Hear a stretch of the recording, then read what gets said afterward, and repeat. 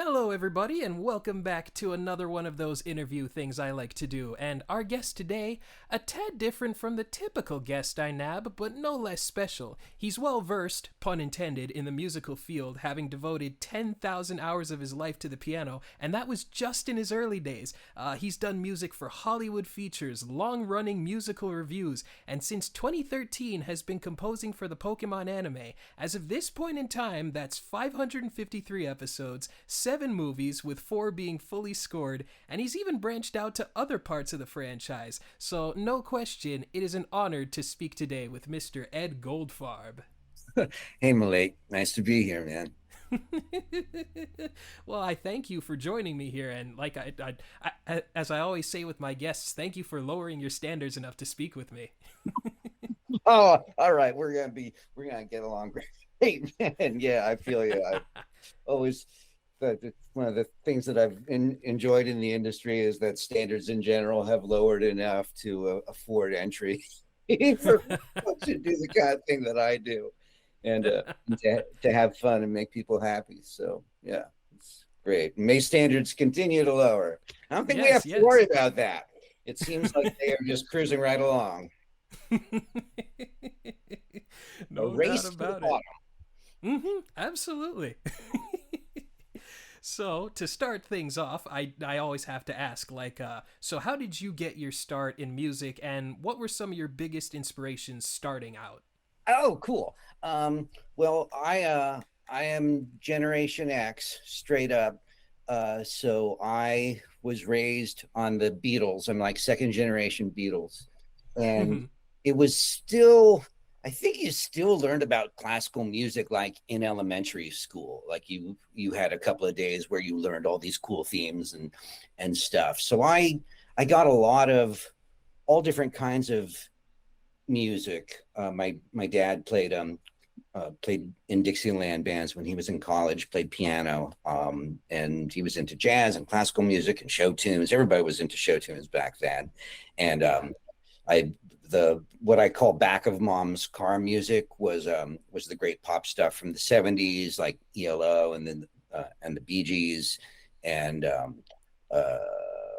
and the Beatles still, and all the stuff that we call yacht rock now, and hard rock like Led Zeppelin and stuff. I was deep into all of that, and I studied classical piano. So I suppose what really got me started is my dad played piano, and so from like the age of 3, I was just kind of like interested in it. And I remember two things. I remember playing along with Sesame Street, the kids' TV show Yeah, yeah, uh, yeah. record, and there was a song where you played the C, E, and G. They called it high, middle, low, and you were supposed to play along um, with it when they sort of sang those words. You were supposed to play those notes, and I remember um, playing the record over and over again so that I could learn how to do it. And then I played along, learned how to play along with the melody that wasn't those 3 notes, but all the other notes in the song that I think was Ernie. It was either Ernie or Kermit who was singing it. And I started piano lessons pretty soon after that. And I just kind of loved it. I instantly kind of gravitated to music, and was just omnivorous. I studied classical music, but I listened to almost everything. And Star Wars was huge. I was 11 when Star Wars came out, and the John Williams score made a real big impression on me. Oh, And of course. yeah, and I suppose that's around the same time, like a year after Saturday Night Fever and the Bee Gees music. So it just thinking about it now, but the stuff that I've done between the songs and the scores, if you dumbed down John Williams and the Bee Gees songs from Saturday Night Fever, and maybe the prog rock like Genesis that I was listening to is like, and that's like a trio, maybe with Steely Dan as the fourth, and you just like take the easiest graspable elements of those four things, and you add the cartoons that I was watching, and that is the musician that I am today. Very nice, very nice. Yeah, yeah. But it's just, it's all, we're all AIs in our own way. We just grab little bits of different things and then we just combine them together, and hopefully something that's not like legally actionably close to something else. Yeah, yeah, that's always the goal. So far so good, I'd say, cuz yeah, definitely, because I've heard various like other video game composers doing things like that too, and I remember one song from like a video game, and someone said like, "Oh, this sounds like Phil Collins is in the air tonight," and the composer was like, "Yeah, I was listening to a lot of that. That's basically my take on it, my legally distinct take on it." So Legally Legally distinct. distinct. I love that. Yeah. For those listening, that is Mrs. K Goldfarb in the background. She's helping us out. She showed me the Pokemon garden in their backyard, but very good stuff. Very good stuff. She's been a big help, and it's great. You might hear more from her, and that's great. That's totally fine with me. The more the merrier, I say. Just for people who don't know. Ignore me. I'm not really here. Okay, okay. Now, the next question I got for you, I would like to know some of the milestones, if you want to call them, you had in your career when you first started out doing stuff a little bit more professionally. Oh, yeah, I guess when people ask, I say I've been a professional since I was 14 years old.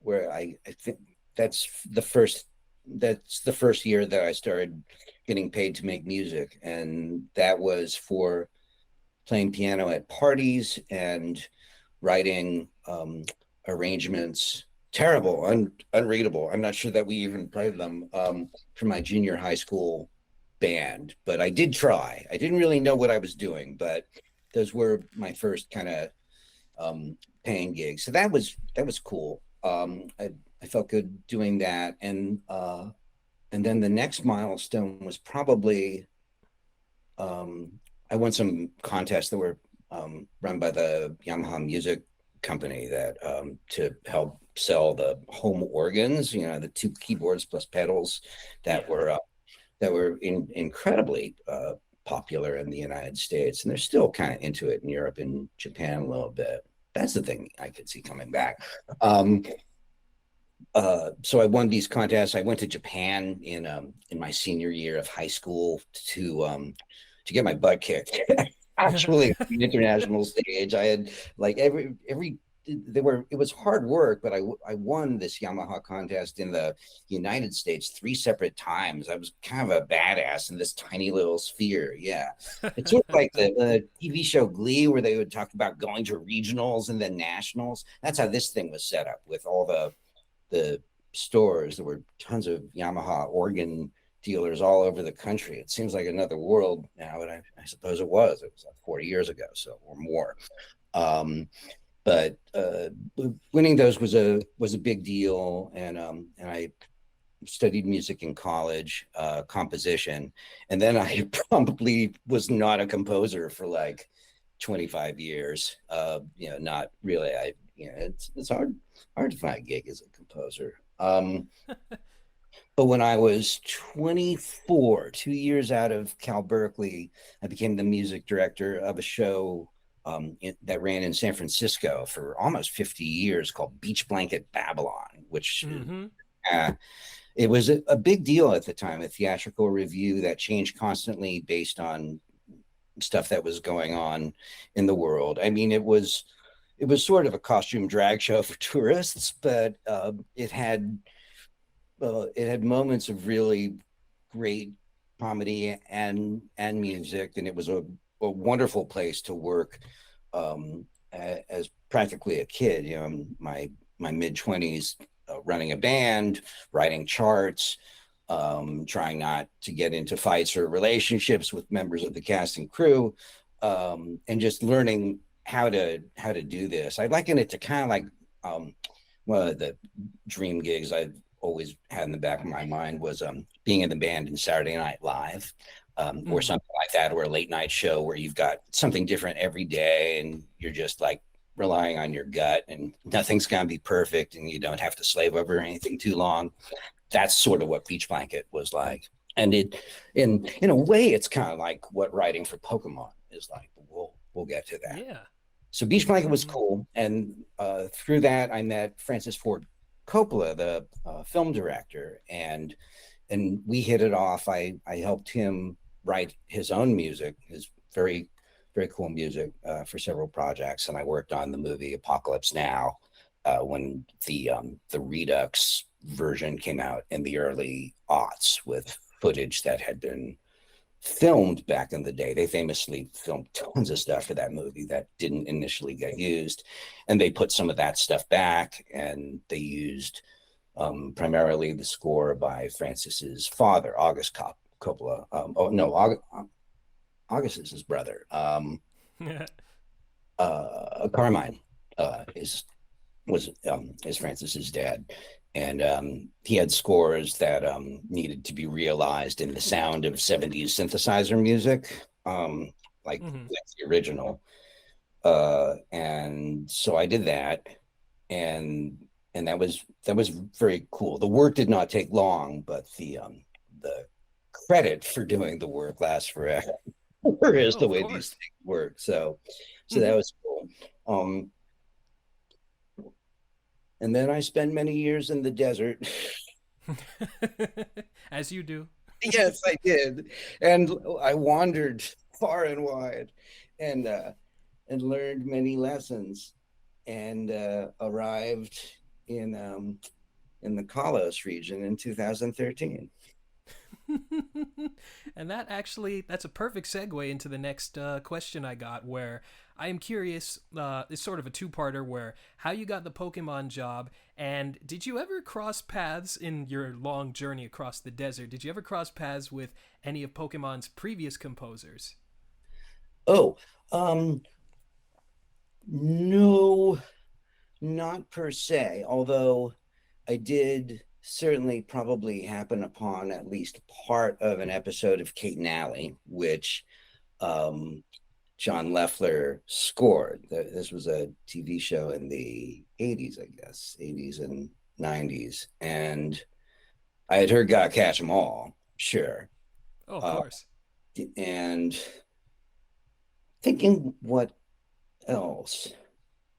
I had heard John Siegler's work um, because I was a fan of, um, still am, of the guitarist producer Todd Rundgren, and John Siegler had done some work with Todd as a good guitarist, so I knew of his name. I didn't probably know Leffler's name. Um, and but otherwise we had not run into each other, and we have not run into each other since, although I have gotten to spend some quality time with a superstar vocalist, Jason Page, and Nice.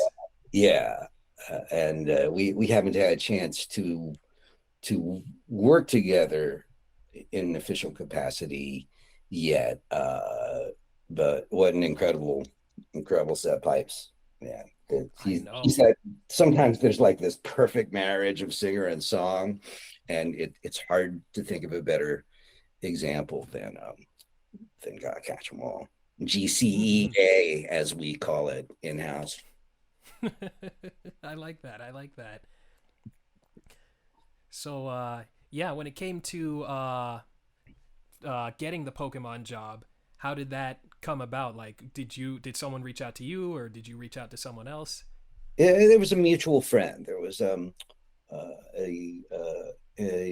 audition. They were looking to change things up, as they sometimes, as shows are sometimes want to do after 16 seasons. Uh And huh. I had a friend who had a friend who was working in production for the show in New York, and I'm sorry, I'm humming because I'm trying to figure out how to tell this story in a way that it can be retold. Um, I understand. right, and so yes, friend of a friend made me aware of the audition, and the audition was to score an episode of the show, and so that's what I did. I took a week of my life and bought like $5,000 worth of computer software to do the score. You can do it for $250 now. That's Yeah, what's yeah, yeah. changed. You can buy a from Spitfire or Native Instruments. You can get a total virtual synth package to be a full orchestra. It sounds great. I've had members of my I bought it from members of my team since, and it took Right.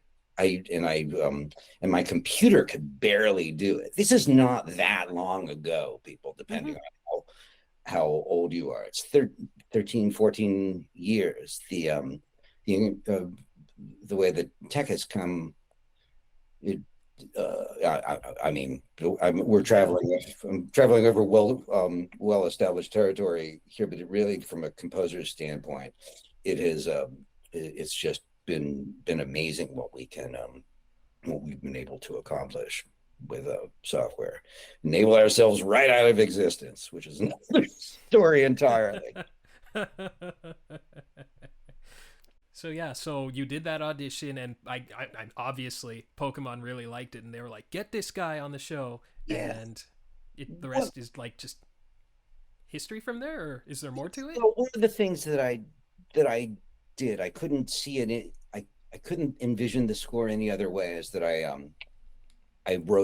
created a little musical motif for each Pokemon, and I think I read an article that, oh, you should think about making a little piece of music for your main characters, and just a little theme that can be identified with them. And this is a time-honored tradition in opera and ballet, and anytime you're making music for something that's happening on stage, or even in operas, there was this concept called a leitmotif. I think it's German, where like the concept of fate or destiny, the same thing, right? But Yeah, uh, yeah. um, uh, a love theme, a tragic foreboding theme. All these things would recur in pieces of music, and that's what I did. But for like, I think I wrote 100 little motifs for all the different Pokemon that appeared in my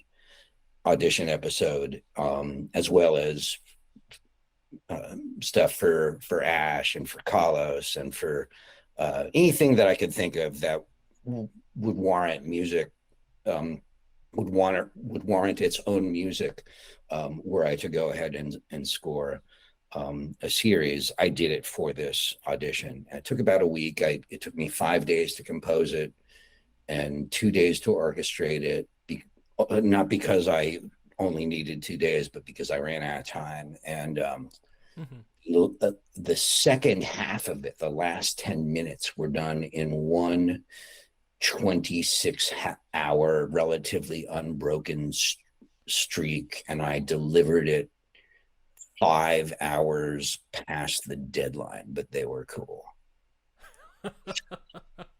That's amazing. It was insane. But I did it. I listened to it recently. It's good. I mean, it shows that I'm paying attention, that I'm into the show. I had been waiting my whole life for this kind of opportunity, and I Hmm. was ready.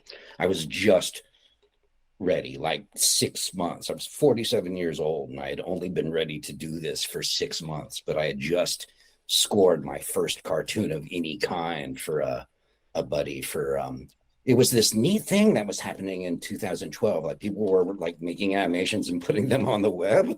Yeah, yeah, yeah. There's this thing called YouTube that had been around for a while. Hmm. And so I did for this guy. It was only solo piano, but it was like 7 minutes of stuff. And I had never done anything that long that I had composed for a video. But I had done that. and I had orchestrated for a bunch of things. I mean, I was not a neophyte. I had produced thousands of songs for all kinds of artists and music directed for all kinds of stuff, but I had never really done anything exactly like this. So I threw everything I knew into that audition, and worked out. I'd say so. Yeah. Yeah. Not bad. So let's see what else. So I also knew, because like I knew you were like a real big Pokemon fan, like around the time of like 2021, when, now this is weird because back on Twitter, there was like a tweet I made in 2021 where they were showing like old reruns of Pokemon, and the video guide description was completely off, and you liked the status that I showed the picture, and it said like, the episode said, a Snorlax evolves into a Vigoroth. And I just thought that was hilarious, and I was like, I have to share this. This is what the TV guide says. And I was like, oh wait, Ed Goldfarb liked my tweet. he knows what's up. Well, we love Snorlax here. Matter of fact, I don't have I carry, my wanderings are done in tandem with Snorlax, because I have a little Japanese Snorlax pouch, little plastic pouch that attaches to my main day bag, and it's with me all the time. My son got it for me for Father's Day gift, and I believe Snorlax, that's like your power Pokemon, right, Karen? Yep. Yeah. Her favorite. Avatar on our Slack. Yeah. So we probably have like a hashtag Snorlax alerts set up. That might have been how we were aware of your tweet. Well, I mean, Snorlax is one of my favorites too, so yeah, I understand that. They've got their heart in the right place, Snorlax. They know what's important. Oh, definitely. Like I don't know if you knew, but did you know that Snorlax is partially based on one of the Pokemon developers? No, but that's wonderful. Yeah. It's a guy. His name is Koji Nishino. He's been with the guys who make the mainline Pokemon games, Game Freak, and Snorlax's Japanese name is Kabigon, which is, I forget the specifics of it, but Koji Nishino, he kind of looks like Snorlax. He's got like, I'm not joking when I say this, his eyes look exactly like Snorlax. He was known for eating just whatever at like the office fridge or whatever, and there's other inspirations for Snorlax, but he is partially Snorlax, and sometimes he shows up in the game as a trainer, and usually he has a Snorlax. When you talk to him in one game, he's like, I'm Snorlax. Oh wait, no, I'm not, I'm the game programmer. Oh wow, that's great. That's a wonderful piece of knowledge. You must have a ton of those. Oh yeah, you that's have very no cool. idea.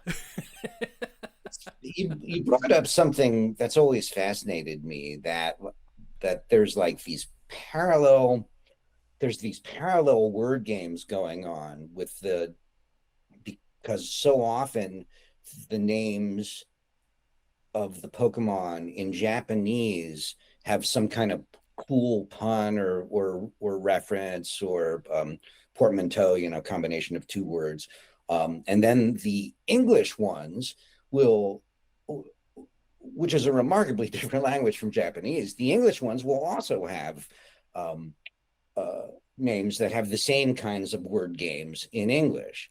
And yet often there will be some kind of discernible relationship between the Japanese name and the English name. So they've got and they usually look like what they're named like.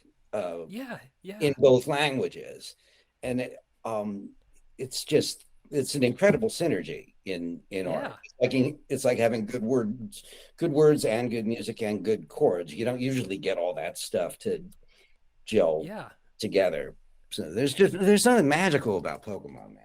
Yeah, I've definitely looked into development stories and things like that, and they made a conscious effort to make sure, if you're going to change like the name of this Pokemon, make sure that wherever it is, it retains the same like sort of thing in whatever language you translate the name into. Like the same essence. This character, same essence, where it's like this Pokemon is named after this and this and this. In English, find something that carries these similar things. And I found like old design docs where they have like, is this name okay? Or it's like they think it's so. The higher ups think it's okay. Maybe keep looking for something that better fits, or this one is fine. Blah blah blah. But they make sure everybody understands what this thing is, and there's no lost in translation or anything across the world. It's really just fascinating. That's right. And beyond English and Japanese, you've got all the other languages, and I'll bet it works out there too. I love. Oh yeah, yeah.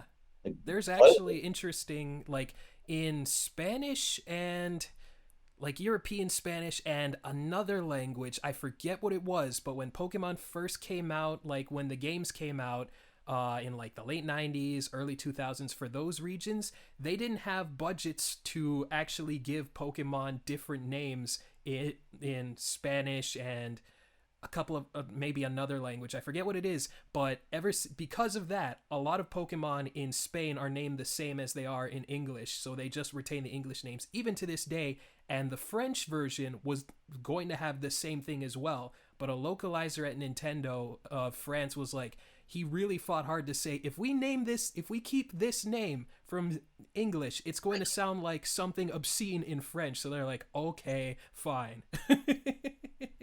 that stuff is fascinating. Localization is a whole thing, Mm-hmm. and it's amazing uh, how those teams do that. And I love hearing my songs in different languages. That's always a great trip. We try to make them work in every language. Hopefully, Yeah. from the music on down, it's nothing that seems weird or inaccessible. I'm sorry I led us on that digression about that stuff. I just No, no, that was cool. Yeah, and no. you obviously know a great deal, and every interview goes two ways. Back Mm-hmm. back and Yeah, yeah, forth. yeah, yeah. Um, did I offer you a satisfactory answer to your previous question? Oh yeah, I think so. Yeah, Very that good. was pretty good. Uh, so speaking of, I also wanted to know how long does it typically take to compose one episode of Pokemon from start to finish? Oh wow. Well, we reuse music. We create a library um for every season. And when I say season, I mean the 3 year, Yeah. around 150 episode arcs. We write a ton for I'll do, like for Kalos, for XY. I probably wrote 8 hours of music for the 150 episodes, Mm-hmm. and writing 2 hours of it in for the first, let's see, if they're 20 minutes each. It's like I used to have all these figures in the back of my hand, but I think like the first 4 episodes in of XY are entirely original. So that's 80 minutes of new music straight up. Yeah. And that's a lot, because the scores are wall to wall, and like an average like network TV show from back of the day, animated, probably would have 12 minutes of music in an episode, and it would have probably a couple hours library for a whole season. Um, but we just really got into it, and I painted myself into a corner with like, oh, we've got to have motifs for everything. So when you introduce 10 new Pokemon, there's going to be 10 new motifs. But we stuck to it, and we've got documents and everything, in recordings with all these different nutty little tunes. Um, but so we keep we keep writing really hard for like the first 16 episodes, but we do start reusing stuff. Well, I guess in Collis we started reusing stuff in the fifth episode, and ever since when we've started a season, we're able to reuse by the second episode. And you want to have these themes come back. so that they get into people's minds associated with the character. So that way you can start messing with the motifs to help underline emotional things or action or drama and comedy, just make the show better. So, but you can't learn everything at once. So, for the first series, we wrote too much music, and I would say it, I can probably quantify, for some reason 500 hours is what is coming up in my head, but that seems too much. So we can edit some of this stuff out. I would say minute of music when you are working your absolute butt off can take 8 hours for sure. If you're writing some kind of like, this is as John Williams as I can possibly get with considering what I'm capable of. That's 8 hours for a minute. So that's 160 hours. I was going to say 150 hours. So yeah, you could put 150 hours into a score for 20 minutes of animated television, but let's say 100 hours. So that's 2.5 weeks. Usually I have like 6 weeks to get my first 4 episodes done.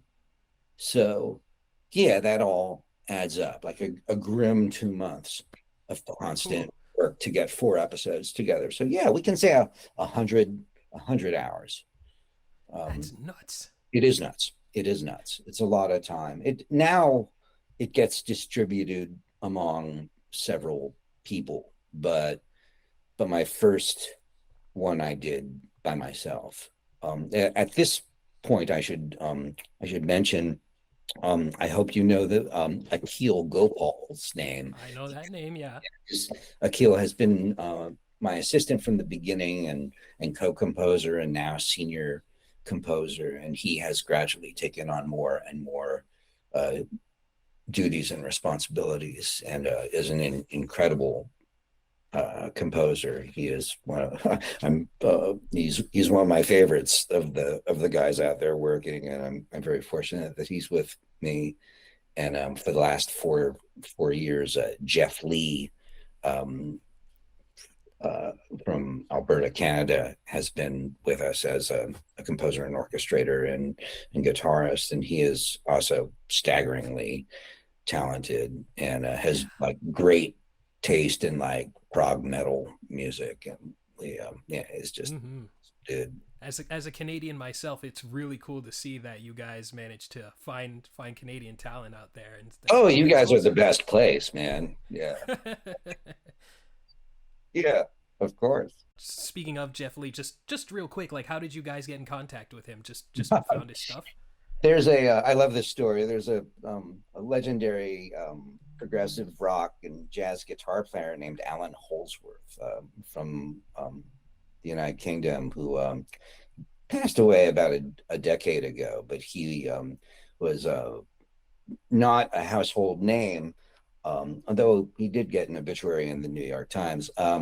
But he was one of those when you know guys, like very unique sounding player, and just one of the incredible musician, like an alien species. And I'm a big fan, and I was looking for videos one evening of transcriptions of his solos, which are even by the standard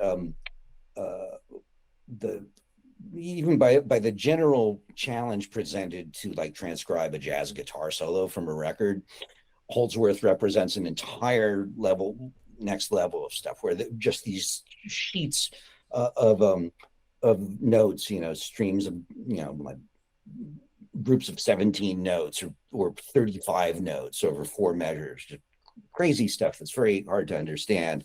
So there up till like 5 years ago, there weren't a lot of these kind of things on the web, or 3 years ago. It's gotten easier to transcribe that stuff. Anyhow, before that, like 4 years ago, I was looking around for stuff, and I found a great transcription, including a performance of one of these solos. And for telling this story, I should find other ways to cut it down, but I should definitely remember the name of the song. What was I Anyhow, but it was this great transcription, and I saw that it was by this kid in Canada, and I became curious about this guy, and he had a website, and whoa, well, what about this? Like he's actually a composer as well, and he's done some anime and games, and it just seemed kind of crazy. This video had like 157 views, and here was this guy who like obviously knew what he was doing. Oh yes, and I listened to his music, and his compositions were excellent, which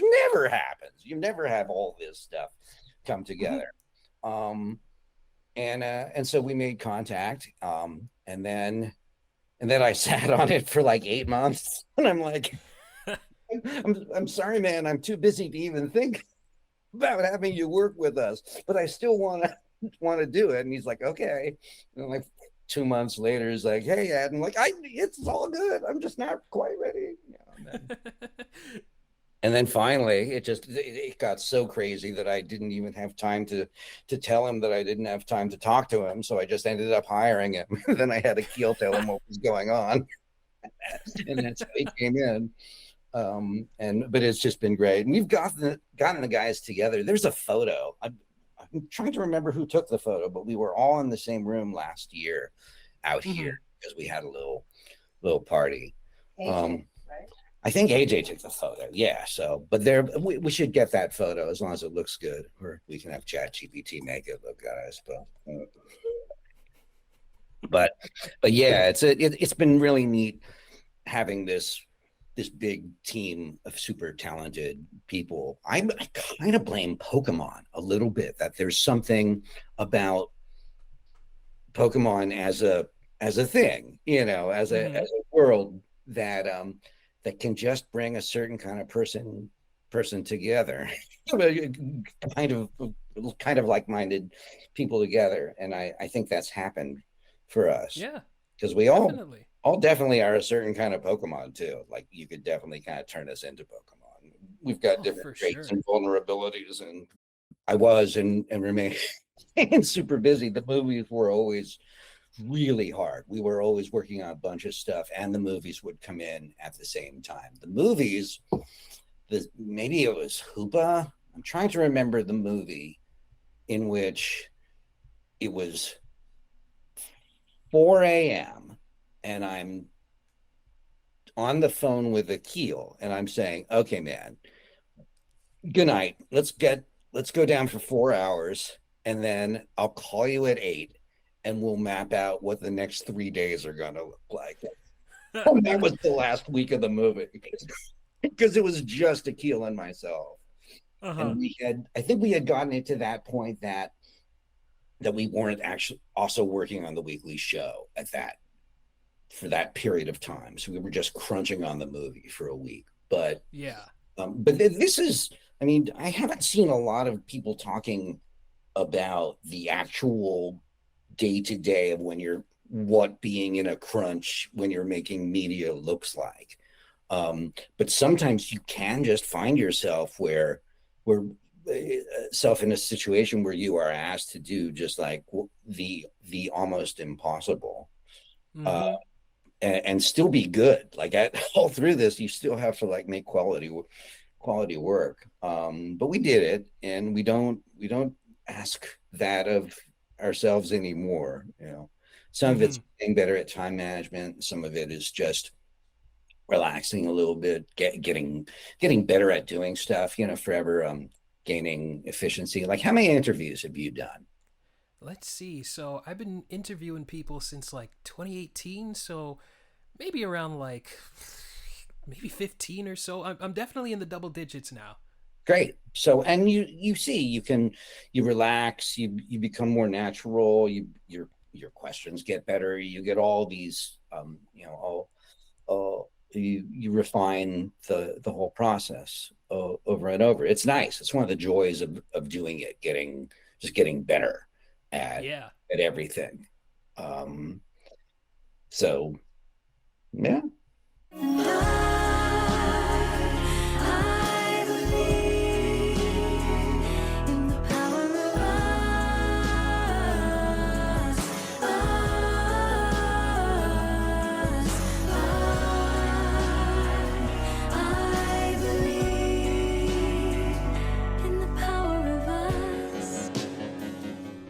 most exciting thing about the Power of Us for me was the ending song. I'm really proud of the ending song. I hear from people a lot about the ending song. It's Um, really good. Yeah. uh, Thank you. Yeah, I'm real happy with that. And we always have had fun with the ending songs because they're so long. It's like 5.5 minutes. So Mm-hmm. we, especially with the Power of Us, we had this kind of lush, harmonically rich pop song, and then we got to.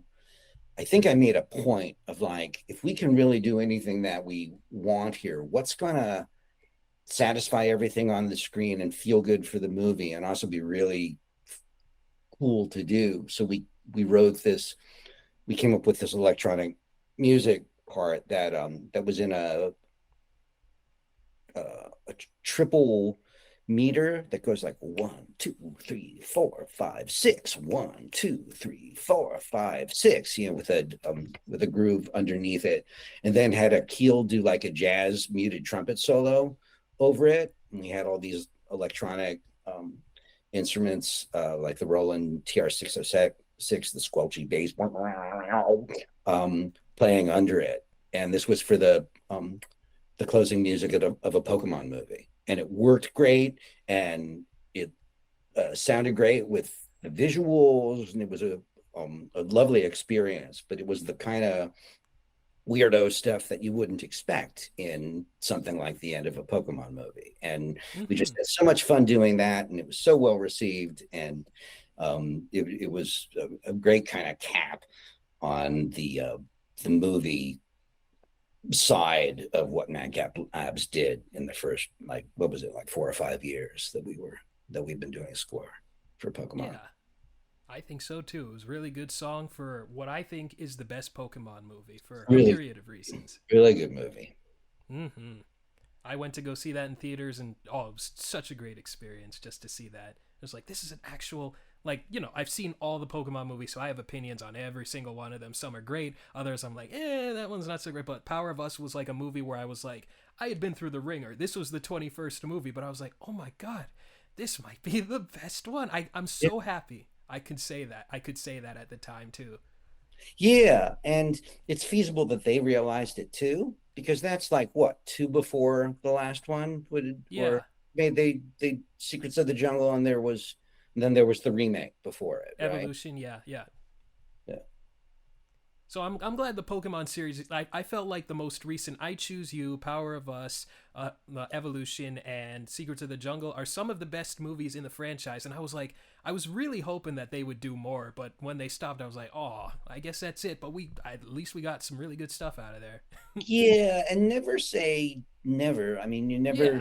you never know what they're gonna do. You didn't expect that you were going to be able to go to Chicago and see go to the Field Museum and see an anthropology exhibit of Pokemon, but I've got my tickets for September 4th or 5th or whatever it is. For sure. I'm sure before like I'm old and gray or whatever, they're gonna put out another movie or something. We're gonna see Ash again and things like that. These things come in cycles. I know that for sure. Yeah, Definitely. yeah. It's a very interesting time for the franchise and for uh, for the anime. Yeah, Mm-hmm. a lot of cool things For going sure. Now, I was curious, do you have a particular favorite piece from the Japanese score or even from the games? on. I love Trainer Battle XY. The bump bump bump bump Bum, bum, bump bum, bump bum, bum. bump bump bump bump ba, ba, ba. I guess that's the main theme. Yeah, yeah, yeah. I at Worlds in August, I'm gonna play it on piano as part of my piano set. I'm gonna play it with my band as part of our set. We just love Oh, that heck too. yeah. Yeah. And I I love the opening title, the bomb ba ba ba ba ba ba. I think that's a great piece of music, and I love it in 8-bit too. Oh, yeah. There's something about playing um, this majestic powerful music with this pocket calculator, Oh just like yeah, and it's playing like, it out what of is your going watch, on? right? Uh-huh. That just is it's like it makes it funny and approachable, and it makes it even more epic, and your it gives each listener the chance to imagine what it sounds like in their head. You know, Yeah. it's like looking at a blueprint or a skeleton. Mm-hmm.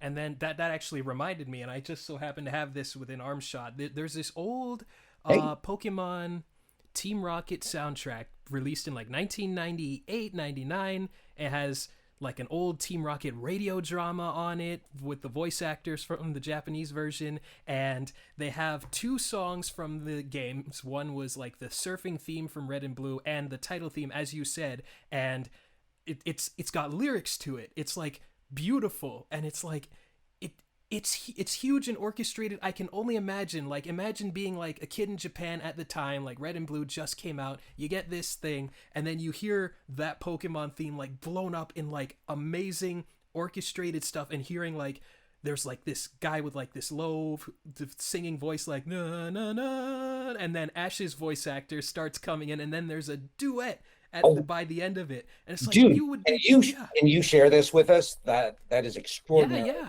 interesting. Oh, there's like, it's on Everybody, Bulbapedia, the Pokemon wiki. of course it is. Of course, They've translated nothing the, has been unturned. Wow, because I'm thinking that'd be a fun thing to whip out at Worlds. Do the English yeah. translation Ooh. of that.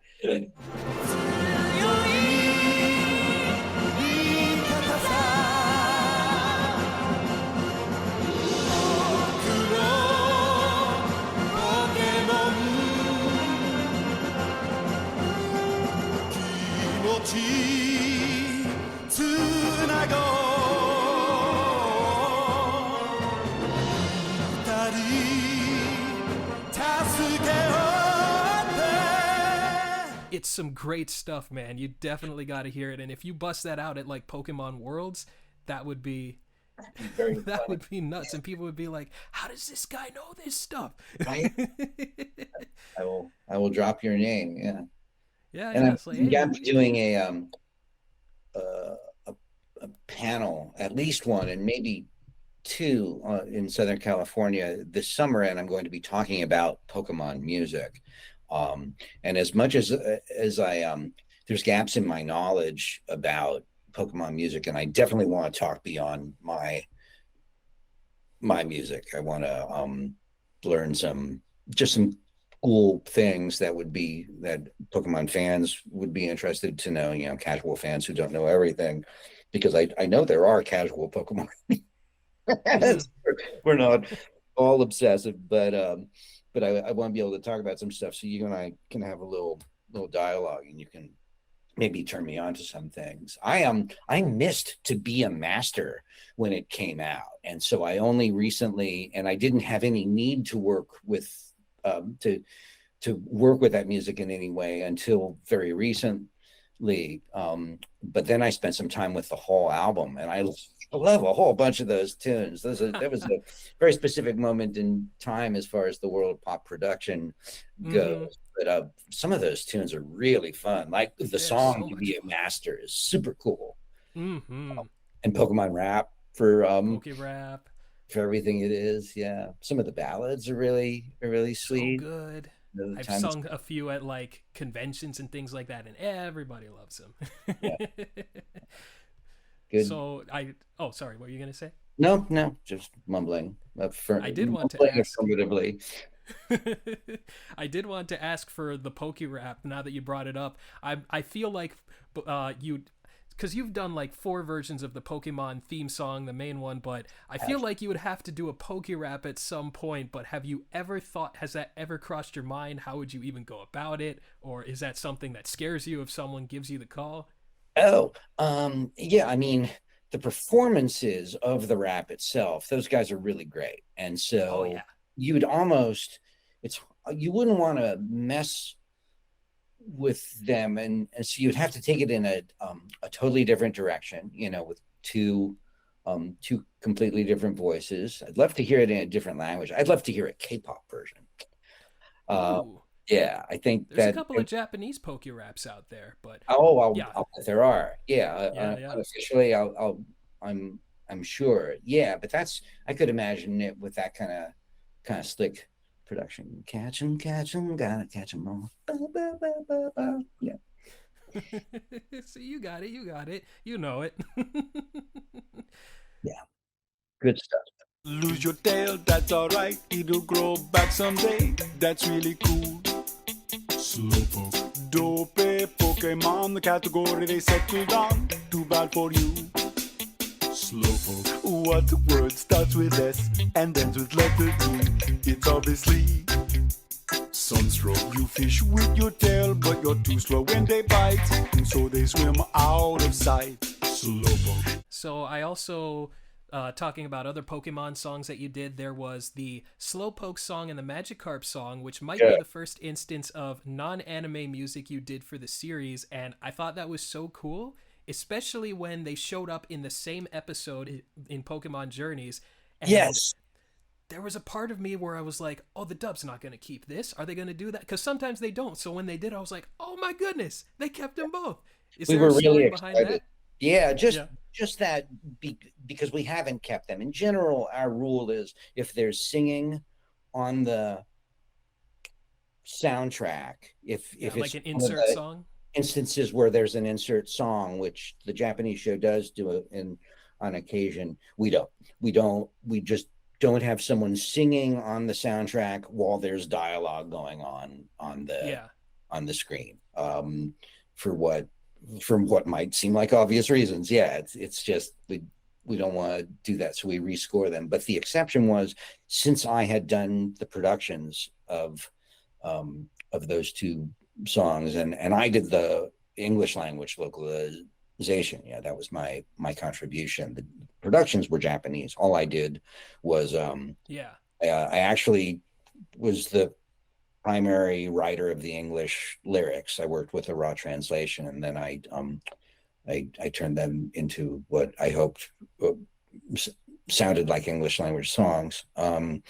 Yep. And then had the singers and did all that stuff. But I did not work on the compositions, and both are masterful, wonderful. Yeah, yeah. Slowpoke. I find myself singing like dopey Pokemon, the category they settled on. I'm like, that's good, that's good. Dude, what's your deal, Slowpoke? Sunstroke, that's a good one. That's a good one. Be Well, proud of that that. sunstroke line was because there's some kind of it's another example of one of these obscure puns in Japanese and we had to somehow get close to it. Yeah, get the in same English. essence of what it is without Right. being direct. Yeah. Yeah. I love that. That's like a New York Times crossword puzzle or something. That's just like, Mm-hmm. know what your brain is. Yeah, because I've done also Pokemon covers myself just on my own channel where I'm like, I want to do something where it's like I want to keep the essence of it, but I also want to make sure that it sounds like something, in English as well, not to disrespect what they did in Japanese, but when I bring it over here and do my thing, I want to make it my own and also just in my own way, Right. It's like I see the lyrics in the Japanese version and I'm like, this isn't going to sound good coming from me. So I want to do something that is more to what I think my style is, plus like what people remember of like if Team Rocket is singing a song, I want it to sound like something that they might have sung back in the day, mixed with some more of the current Team Rocket stuff, and just also keep the like Jesse and James are named like Musashi and Kojiro in Japanese, and in one Team Rocket song they make a reference to how they are named after swordsmen who killed each other at a certain time. So in my version of the song, I took Jesse James and I took like Northfield, Minnesota, Robert Ford, just Jesse James stuff that I could find, and I made that there. And yeah, in Japanese, Meowth says, "What are you guys talking about?" So I made Meowth go, in my version, "You guys have officially lost me." So it's the same thing, just with different namesakes. But that's basically what you did too. In Exactly. the Yes. Slowpoke and Yeah. Magikarp It's song. just the translation. Yeah. One of my favorite intros that you did was Under the Alolan Moon, Oh, and I just love how it was like that was something I didn't expect because well, Under the Alolan Sun was nice and happy, and it was like you did a complete 180 for that, and it was like, am I hearing R&B and all this like hip hop stuff? And it was so good. The only thing that upsets me is that it's just only 30 seconds long. So I was like, Right. I wanted to know like some of the inspirations for Under the Alolan Moon, because that is one of my favorites. Thank you very much. I think I took 2.5 hours and I made 4 demos for Pokemon of just instrumental grooves, and all 4 of them ended up becoming songs that we used over the next couple of years. It was just a good afternoon, and Yeah. the second one was this little kind of nylon string guitar thing that I had worked out that sounded sort of like a hip hop thing. Yeah. And that was Under the Alolan Moon, and it just really came together neat. That's one of I'm really proud of that, because I think of these things as you're going to be hearing it over and over again. It really needs to, like, even though you've had no chance to incubate it or test market or something, you have to write a hit song. You have to write something that's going to follow people around, that you're going to want to hear again and again. You have to translate it into a bunch of languages, and you have to have a coherent statement that in a self-contained thing in like 30 seconds, or now we have 45. In Horizons we've had 45 seconds, which is wonderful. It's twice, it's half again as long. So I try to put the whole world into these 30 seconds. And there's something about when the metal guitars come in, and because it's coming soon, and it just becomes this whole other thing. And there's that weird chord on like coming. There's this weird chord on Ming. You're not expecting. It's like, whoa. When you get there, it's really neat having the limitations of the 30 seconds, because that's the kind of thing that leads to, oh gosh, I need something else. It's too short now, so I need to add something at the top. Well, how about Tapu Koko, Tapu Lelo, Tapu Hulu, Tapu Fini? That'll buy us 2 seconds, that kind of thing. So, and that great. Right, yeah, and you wouldn't have it's like a happy accident that happens all time in pop music and all kinds of art, where we didn't have the time, or we didn't have the right color, or we didn't have whatever, where we needed this or this, and we had no. It had to happen immediately, and that's how you end up with these just raw creativity in the moment, ladies and gentlemen.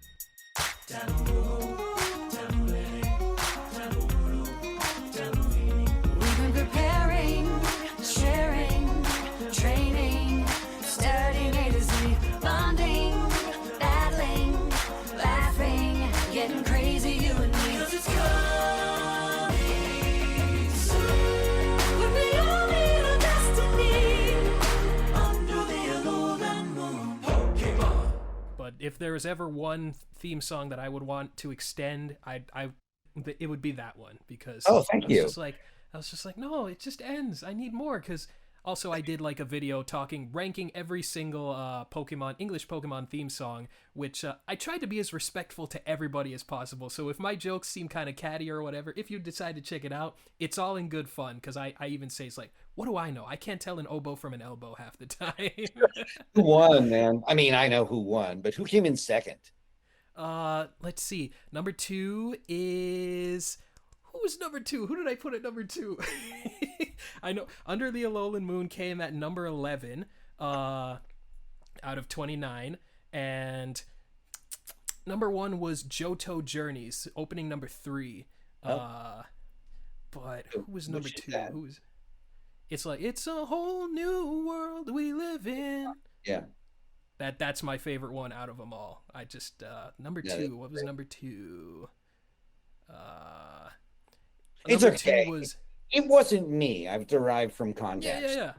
That's It's okay. Number 2 was Advanced Battle, which was season 8, which was that was the last song to be a minute long before they got bumped down to 30 seconds, right. Which I also bring up, and it's like that was yeah, like songs before that were 45 seconds for a little bit, but that one was like the last one that the 4Kids group did, and it was a minute long. So I feel like they were like, "Oh, please let us have a minute to say goodbye" or something like that. But Right. yeah, Yeah, Alolan that's a good Moon, one. That's 11.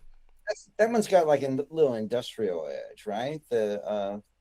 Um, yeah. At one point, I went through all of them. I forget what we were doing. I think we were looking at possibilities for covers or something. Yeah, Um, but yeah, all kind of doing the same thing that I just talked about. Like let's write a hit song. Let's write a song that you've known all your life and that you love. No pressure. yeah, Yeah. no pressure.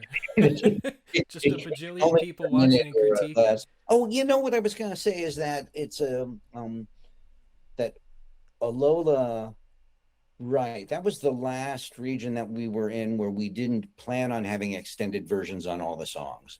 So we just missed having your 2 minute or 2 minute 50 version of Under the Alolan Moon. However, Oh. I am going to do it with my band at Worlds. We're gonna Under the Alolan Moon. we are gonna do Under the Alolan Moon, and I one of the things that I've been working on for this is just coming up with cool ways to extend the songs. And sometimes we've been adding music from the regions that works, and in this case, we've just got neat ways that we can keep the groove going. So there's certainly 2 minutes worth of music in the 30 seconds of Under the Alolan Moon. Oh, We just for sort sure. of blast through, just blast through it like one neat section after another. But if we just spent a little time on each one, it'd be a different Yeah. experience. If they gave you Stretching, like a To Be a Master album of your own, you're just like, oh yeah, I can do whatever and make this like 3 minutes long if I wanted to. But Malik, thank you very much. That's a really interesting way of thinking about it, because I've been prepping arrangements on these songs for a while now, getting ready for this show, and also having spent a lot of time with To Be a Master this year. Yeah, I'm gonna think about it in that context, because they're doing something similar where they're sort of, those are sort of expanded theme songs in their yeah, way. But I yeah, hope there's new lyrics for that. yeah, I don't. I wonder. That's an interesting idea for this show. I'm fixing a couple of words. See, I always keep writing the songs after I've worked on them, because it's usually quite quick, and sometimes we sort of know what's ahead of us nowadays. But in the past, things would come up, and it's like, okay, you have 3 days to write this song. I actually wrote the song "I Choose You" in 3 days, which I'm very proud of that song. But I sometimes perform it myself or with other singers, and we're going to do it with Haven in August. I'm looking forward to that Awesome. very much. But I've changed a couple of words. I forget what they are, but just tightening things up, like rhymes I didn't think of. Yeah. So a lot of people do that. Stephen Sondheim was constantly revisiting his songs until he died, and he's probably still revisiting them now. Hey there, folks. Malik here from the future, and this is where our chat ended for now, because Ed's a busy, busy guy. He was actually scoring an episode before we started, but he and I are going to try and reconnect for another interview before too long. So if you enjoyed our chat, hopefully there's more to come. Regardless, I thank Ed and K Goldfarb for being so gracious, and I thank you all for listening. See ya!